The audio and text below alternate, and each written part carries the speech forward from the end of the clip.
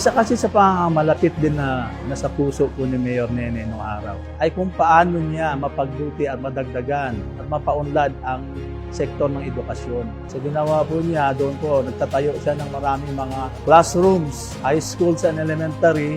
Napaka-importante sa kanya ang pagbibigay ng free quality education. Hindi lang mula grade school, pero pinangarap niya talaga hanggang college. Kaya nagtayo kami ng Dr. Filimon Aguilar College at yung IT campuses namin. Lagi niya sabi sa akin, yun ang pamana ko sa mga kabataan ng Las Piñas para makasiguro na maganda lang kinabukasan. So it's not only the grade school education, pero tuloy-tuloy hanggang kolehiyo nila. Yun daw ang kanyang pamana sa mga kabataan. Ang pag-aralin sila ng libre hanggang kolehiyo.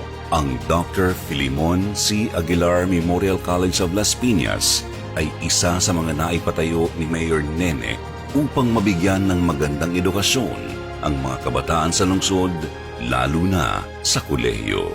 Isa si April Torres sa libu-libong mag-aaral na nakapagtapos dahil sa libreng edukasyon ni Mayor Nene. Natupad ito bago pa man maging batas ang free tuition or education law sa buong bansa. Nung nalaman ko na hindi na ako makakapag-aral ng college dahil sa nawalan nga ng trabaho ang tatay ko. At that time, wala nang, sarado na rin yung mga schools noon, yung mga colleges noon para makapag-apply ka pa.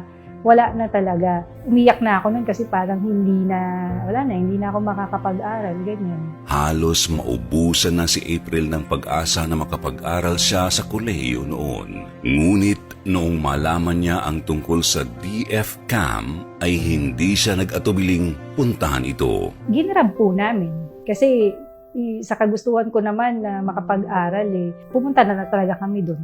Nung nalaman namin na pwede pa kaming makapag-avail ng program na yun. Pumunta kami agad. Natapos ni April ang kanyang pag-aaral sa kursong BS Accountancy. Dahil sa libreng edukasyon at malasakit ni Mayor Nene sa mga katulad niyang nangangailangan ng tulong sa pagkamit ng kanilang mga pangarap, ngayon, malaki na ang nagbago sa buhay ng kanyang pamilya. Mayor Nene, Sir, maraming salamat po. Dahil sa inyo, na isa katuparan ko ang pangarap ko. Pangarap ko at pangarap ng pamilya ko. Masasabi ko na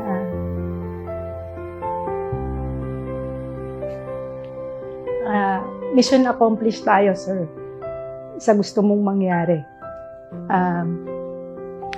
Your legacy will continue to live on, not only with me, but to every scholar that you help and all our families.